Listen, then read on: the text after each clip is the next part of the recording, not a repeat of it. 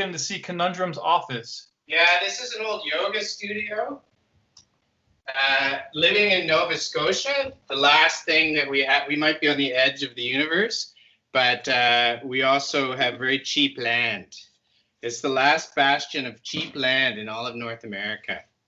Yeah. In fact, there was a joke when Trump was elected, and the Cape Breton, which is the poorest of the poorer part of Nova Scotia, their tourist bureau put out a call to Americans to move here. And they were just like, look at this real estate listing. You can have this for the price of like a bathroom in New York, and it's 50 acres, you know, or whatever, and a farmhouse. And so that's essentially, when I moved here in 2010, I bought a 5-bedroom farmhouse with 3 acres of land, with like half of what I paid for my Montreal place. So, is Montreal an expensive place to live?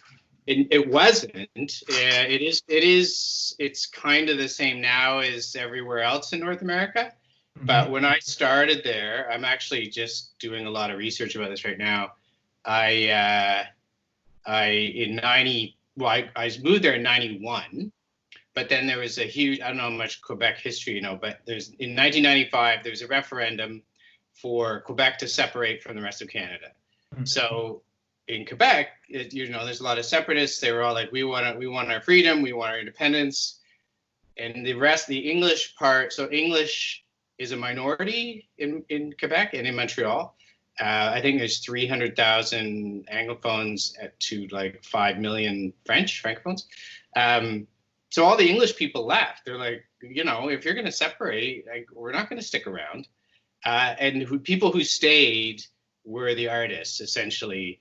And what happened was all of the money, I mean, there's huge generalizations, but a lot of the money and industry left Montreal and left all these vacant, like Detroit or something, although I would imagine very different. But, everyone left. So everything was really cheap. So this whole, from 95 to 2005, was this huge explosion of culture. So bands like Godspeed You Black Emperor, Arcade Fire, Rufus Wainwright, all these people were like playing in little cafes and then made the big time. And lots of writers and tons of comic artists, obviously, none of whom comic artists don't really make the big time.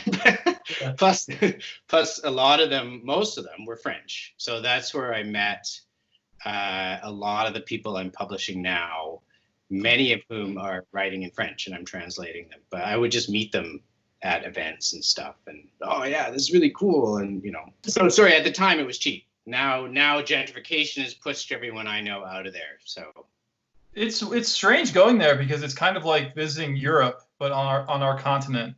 That's how it feels for me when I go up there. It's you can really feel that French influence with the architecture and the culture, But when I've spoken to French artists about Montreal, they all kind of giggle about it. Like it's like this weird. It's the backwards cousins. Yeah. France. Totally. Yeah. Because of especially the accent. Something we don't really understand, but I can understand. Like I can't understand anyone who has a Quebecois accent, but people from France I can understand. And they kind of slur all their words together.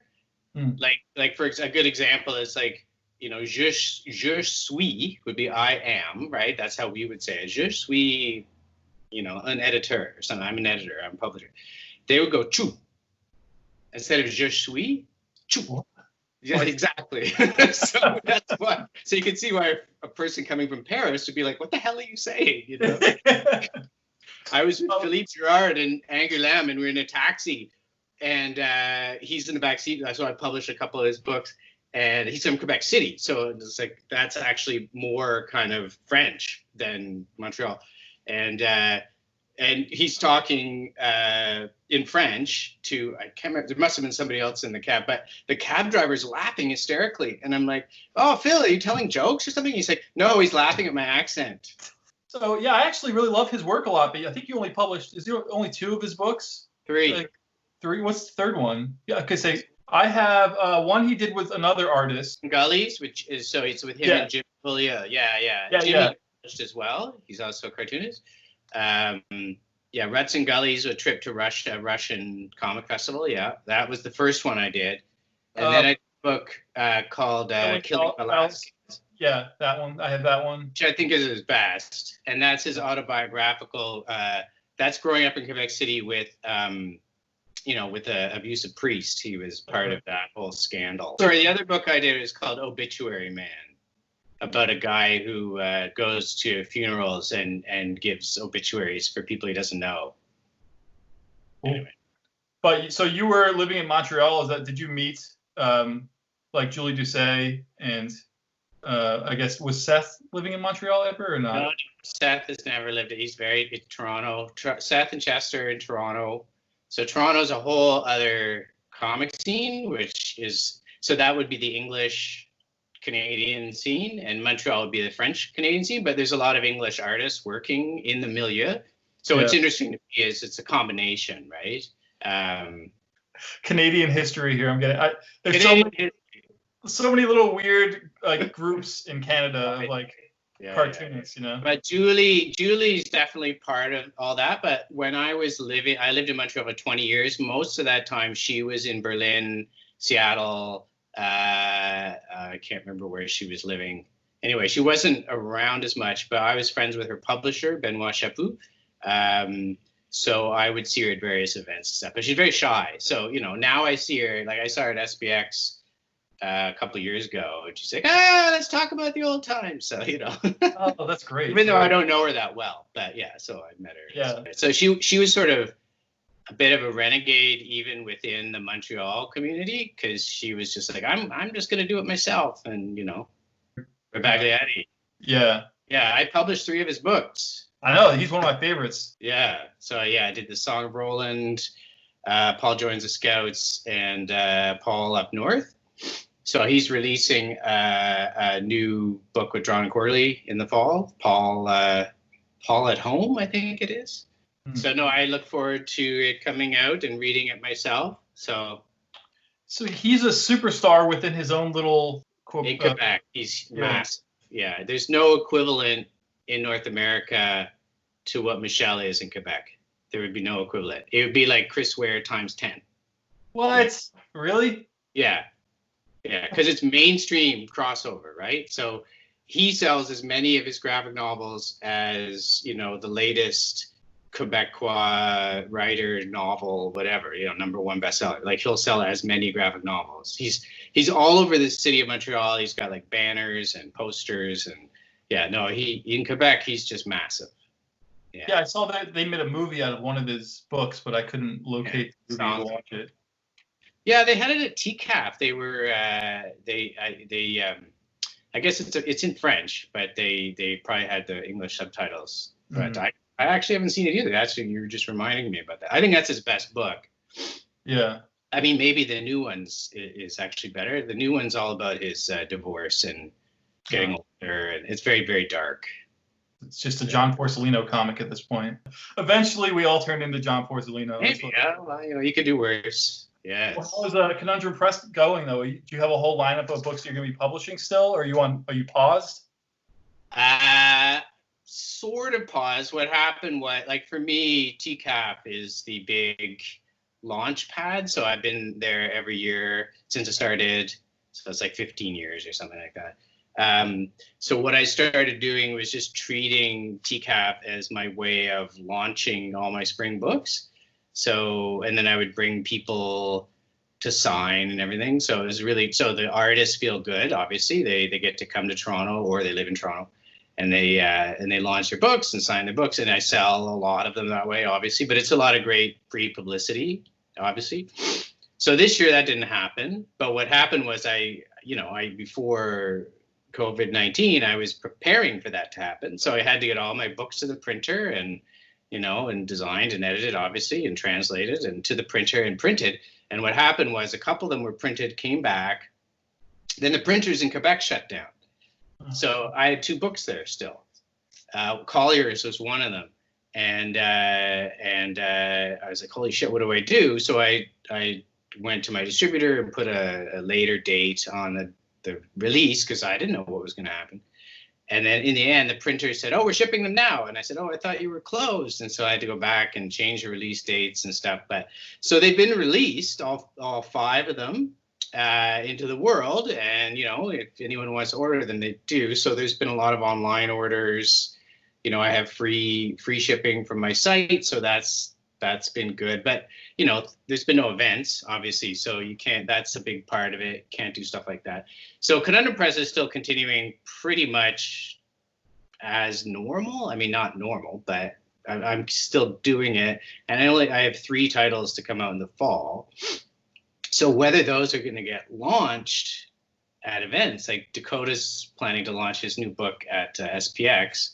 So as far as I know, that's still happening, although I'm finding it hard to believe. I mean, CAB has been shut down and so many other things. So, but I'm going to release the books, and I might just have slightly less print runs and then reprint next year. But I'm also kind of pressing pause in the sense that I'll just launch like all the TCAP stuff again at TCAP next year. So I'll be doubling up. And but like I'm already thinking about, like, my US distributor just sent me a note like, "Okay, we need to know what you're doing next year in May." Right? Like, let's get it ready for the catalog. I'm like, what? That's a year away in the middle of a pandemic. I mean, I don't know. So I'm trying to just minimize it. So, maybe I'll just do a couple of books and push everything. Yeah. So. Well, what were the books that you had prepared for TCAP?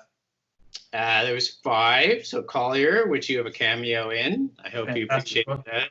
I thought that he didn't even thank me. Thanks you. But I was pleased. I'm a big Collier fan. He's one of my favorites.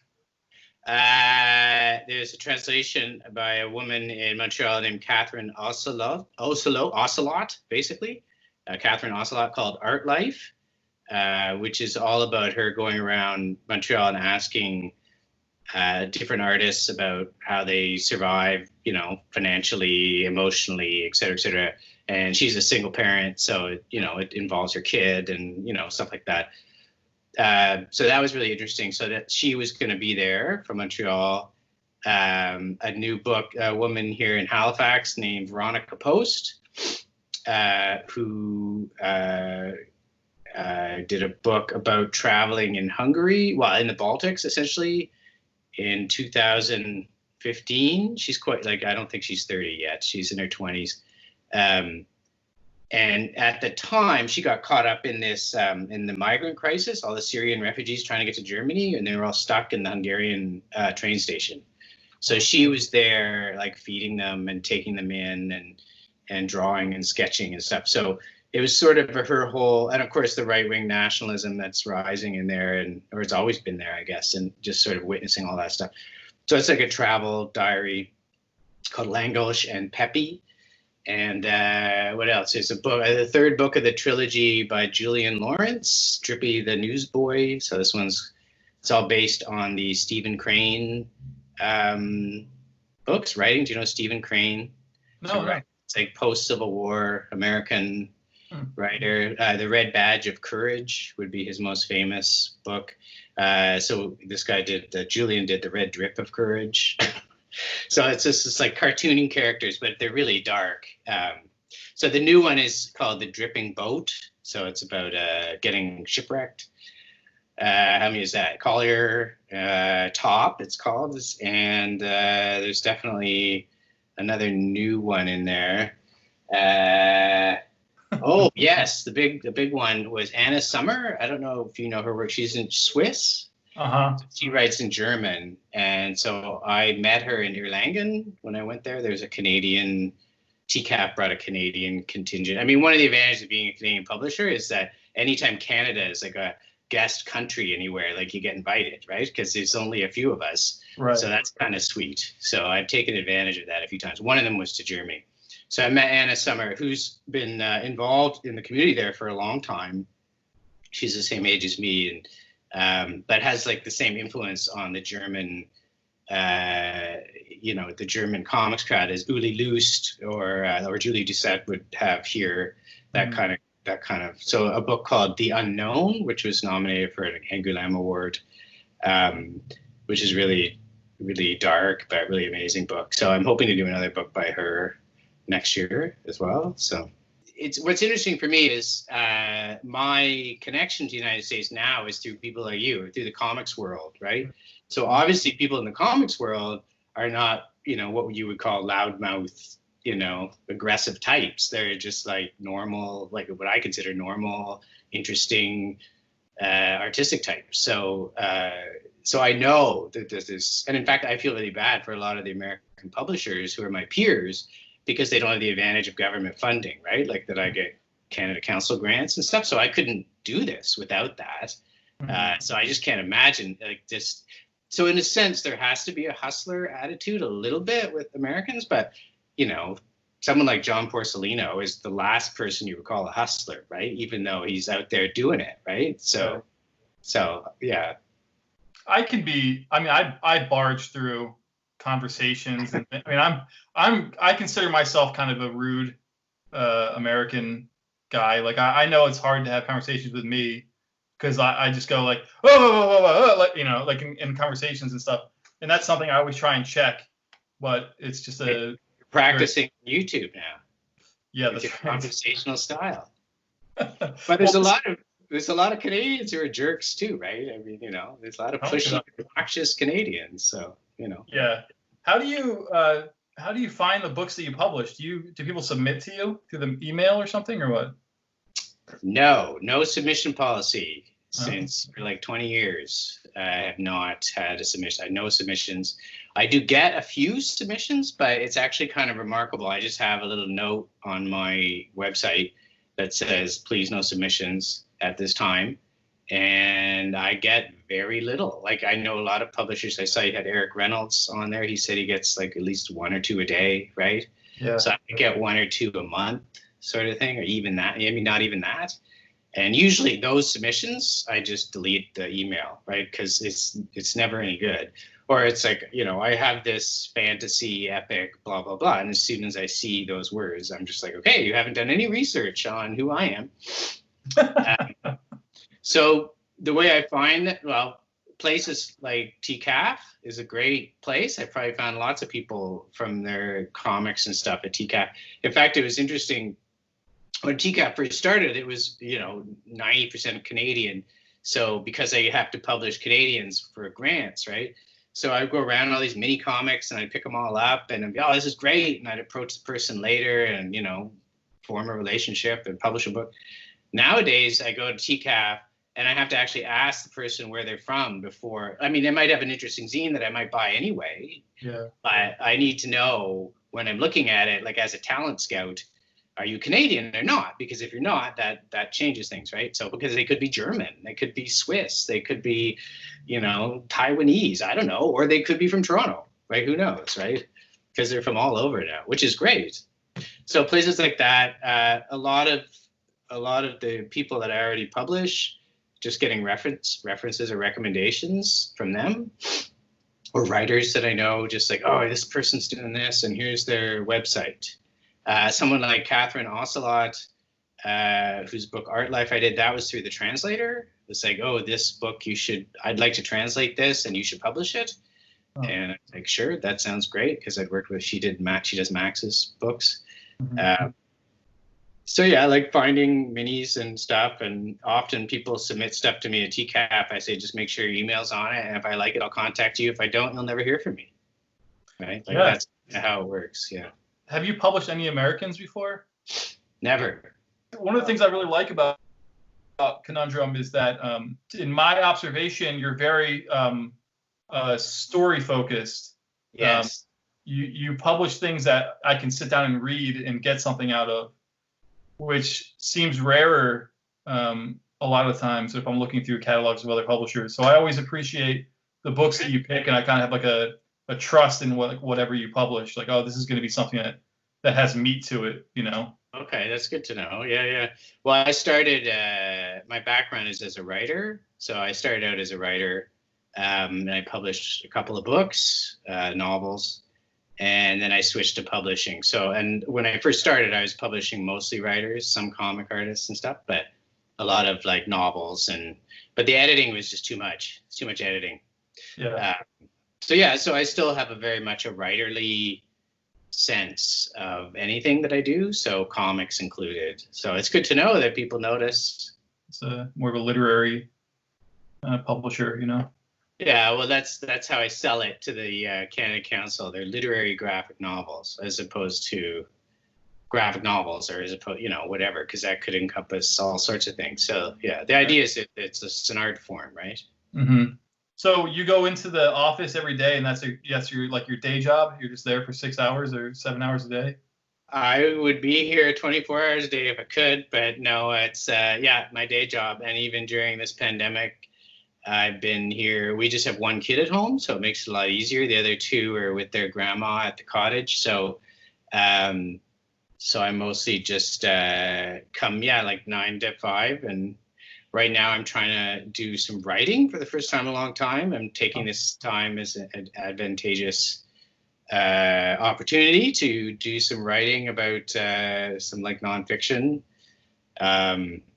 A lot of it about comics. So actually, I published did you ever see that book I did called BDQ, Quebec Essays and Interviews on Quebec Comics? No, I never saw that. Okay. It was essays and interviews on Quebec comics, all in translation, obviously. Which was funny because when it came out, we launched it in Montreal and stuff. And I edited the whole thing, but obviously I had a lot of translators helping me. Joe Ullman did a lot of the layout. He helped me out. It was sort of this panic situations where I had to kind of put it all together, and all these different people had to come together. But what's interesting is when it came out, there's a couple of responses in the States. I think I got a couple of reviews like, oh, wow, that's great that this exists. But what was more impressive to me was that a bunch of French critics, I guess, or journalists in Montreal were like, nothing exists like this in French. Like, you've put together all these different elements in French, or some of it, I guess, was in English, and combined it to make this really great, unique thing. One of the things I contacted Gary Groth.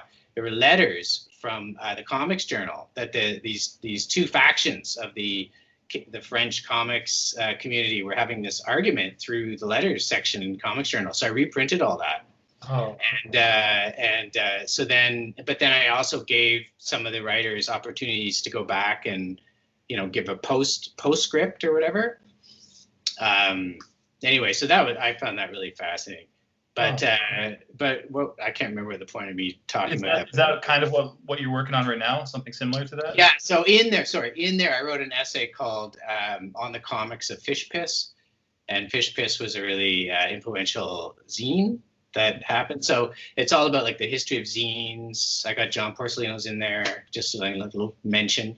History of zines, mostly about how Montreal was kind of this Bohemian community at the time, and it goes into the whole history of Bohemia, which is kind of fascinating because no one's really defined it. Mm-hmm. I don't know. So it's a lot of different things, but a lot of it focuses on. So that essay about comics is in there. Like, I'm using that as the main part. So. And you published this book about Canadian comics last year, right? That was like for an art show. Yeah, that was Joe Ullman and Alana Traficante, I think her last name is pronounced. They're co-curators of an exhibition at the Hamilton Art Gallery, the Art Gallery of Hamilton, sorry. But so that was kind of a big deal because that was like a big city gallery, and almost the entire space was taken up with Canadian colors. 47 artists. Wow. So they had the big four were Seth, Chester, Julie, and Fiona Smythe, and they were in one big room. But it was in Hamilton. So David Collier's from Hamilton, so he had a big section, and then all these younger generation, older generations. Obviously, some Conundrum people, some Drawn and Quarterly people, some people you never heard of. It was just this really fascinating show. So it's called This Is Serious, and that was too because we reproduced a lot of the artwork as well, and we had to get permissions for everything, so it ended up being a lot of work, but transcribing all the interviews. Joe Ullman's like one of my favorite cartoonists, and he's so fucking funny, man. Is there a new book you guys are working on together? That is a good question. Yes, in a way. So I mean, he's published with Drawn Quarterly, obviously. He's got some big books with them. And obviously, he always has a place with Conundrum. So I published a book that collected a bunch of his short stories. Happy stories about well-adjusted people. Yeah. God, I can't remember the title. Anyway, I did that, and I did a book of his zines called The Big Book of Wag. He did all these little mini comics, and a book called Science Fiction, kind of like a novella, which is, I think, one of the best things he's ever done. But anyway, yeah, he's a master of the short story, basically, form. And he did a book called Midlife, and with D&Q, and The Abominable Mr. Seabrook, William Seabrook, biography. I don't know. Good. That's amazing. That was like 7 years of his life went in this book, and it's it's the definitive biography of this writer, this obscure writer from the 50s. Well, he wasn't obscure at the time, but he was like the Hunter S. Thompson travel writer at the time, and he like coined the word zombie. He was cannibal, like all this stuff.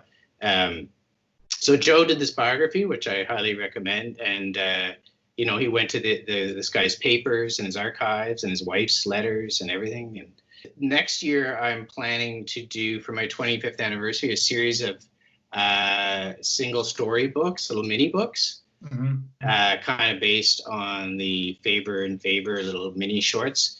So I published a lot of short story collections, Joe being one of them, also Dakota McFadzean. The form of the short story in literature and the form of the novel in literature is so radically different. And, you know, within the industry of publishing, the novel is like the A-list, and the short story book is like, well, we'll just put that out until you have a novel. And one thing I found when I went to France was that that doesn't exist, like the short story collection so much. Like I would show them books to get foreign rights, like Joe's book. And like, oh, you want to do a French edition of this? And they're like, but this is short stories. I'd be yeah, so? And they'd be like, no, we can't do, no, it has to be one story. Like they'll publish a short story as one album, right? Like they don't mind doing tiny books. Graphic short, you know, like it's a graphic novel. But if it's a short story, it's not a novel. So what is it? A graphic short story. So this is my new mission, is to come up just in the way that, you know, Spiegelman and Chris Oliveros kind of approached the library system to get the word graphic novel into libraries and bookstores. What do we call these short stories, right? So I'm starting a whole imprint on just short stories. So it's like little mini books. That's one story. So I'm going to do, the very first one I want to do is Joe, because he's the master of the short story. So I'm trying. So that's one of the things I've been doing in this pandemic is plan. So the thing is, I want to do 5 a year, and do 25 over 5 years, so that the 25th anniversary to the 30th anniversary, there's 25 books, 25 stories, and make a 30th year anniversary anthology of all the stories. So that's the big plan right now. Yeah, that's cool. I saw that Adrian Tomine had something like that. That's exactly what I'm basing it on. I have it right here, actually. Here. This is it. Intruders. So this is his Faber. So you can see, which is an amazing story, by the way. Yeah. Oh, this is great, man. I'm just gonna copy that. So copyright infringement. I have to use a different font, I guess. Yeah. Hey, whatever happened to the Kill Offer book? Weren't you gonna do the latest Kill Offer book? I met him at Angoulême. I thought about there's a book that he did that was a bunch of strips from a magazine that was really beautiful that I'd never seen at the L'Association table. And as I was looking at it and I was talking to the foreign rights agent, Kill Offer actually came up and he says, oh, you're looking at my book, I'll sign it for you, come for drinks. And he's like buying us shots, and I'm like, wow. And he's like draws in it and stuff. So I came home, and then of course he's done so much work, right? And he had that one book, which was when he was in Montreal, actually, the 676 applications of Kill Offer. That's about his time when he was in Montreal, which is an amazing book. Great book. I contacted the publisher of that, and it just kind of petered out after that. So I wouldn't do that. Obviously, it exists, that book. One of the things, so it obviously have to be an international book. And one of the things I'm thinking of is trying to stay away from France. and just because there's so much, right? Like I want to sort of explore all these other corners of the world, which is one of the reasons I'm publishing Anna Summer, who's in Switzerland, and like people who are kind of writing in outside of that Franco-Belgian hegemony, to use the term, you know. So that was one. I said I don't want to just keep publishing people in French, especially since I'm doing Quebec, a lot of Quebec writers in French. So if someone like Chi Hoi, who's in Hong Kong, and I just did a book by a Swedish artist, Daria Badanska, who came last year to TCAP. This book right here. That's it. Yeah. That book's great. I love that book. Do you like that? Yeah. So that book's got a lot of attention. There's a lot of foreign editions of that book. Mm-hmm. So in like Spanish, Italian, Polish, whatever. So there's this one. Let me show you a book really fast that I kind of wish would translate, but no pressure. Yeah, you probably have seen this, right? Yeah, Sasha. Yeah, no, I have that book. Yeah. Damn, I wish this was in English. Jean-Christophe Menu is another one who I really wish we had in one of his graphic novels in English, and there's nothing. So this is the book that I'm most interested in reading in English, which is... Oh, okay. It's just like all like family stories. It's all what? Like family stories, you know. Nice. It's like dense and beautiful. Yeah. No, he's obviously a very important person in the history of French comics for sure. And yeah, he's a fantastic cartoonist as well. I mean, Joe met him. Joe was at the Paris Salon Comic Festival or whatever. Again, they had a Canadian contingent there, and so he hung around with Laura Park and JC Menu, and he says they're just wonderful people. Yeah. Well, I found sales for any of these international graphic novels that I've been doing are terrible. Like, just it doesn't even if they look exactly like a North American book, there's something about it, and people just aren't buying that. Except for Max. Max does really well, but his books look American, right? Yeah. I mean, spend a lot of time here, and which is great. But yeah, it is a tough sell, and there's a few things. Yeah, definitely. Well, it's also like, a different attitude towards women and questionable racial stuff, and it's just a different attitudes in Europe or in France about various things like that. So a lot of that doesn't translate.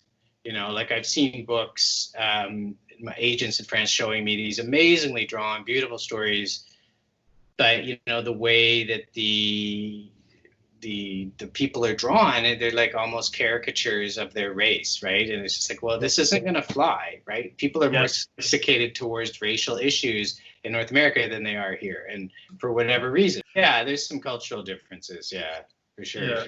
Yeah. I live in this small town out here, and most people don't even know what a graphic novel is. So I always find myself educating people about what I do, and I say, I publish graphic novels, and they're, oh yeah, well, what do you mean? And I say, like comics for adults, I guess is kind of how I describe it. And and they're all, the people just kind of don't really understand what that means, and they say, oh, like Superman or Spider-Man, or even some people are even sophisticated enough to say, oh, Watchmen, right, or whatever. And I say, well, okay, so that's, no. So if you want to make a comparison, we could compare the Pulitzer Prize winning novel to a Harlequin romance. They're both novels. Yeah.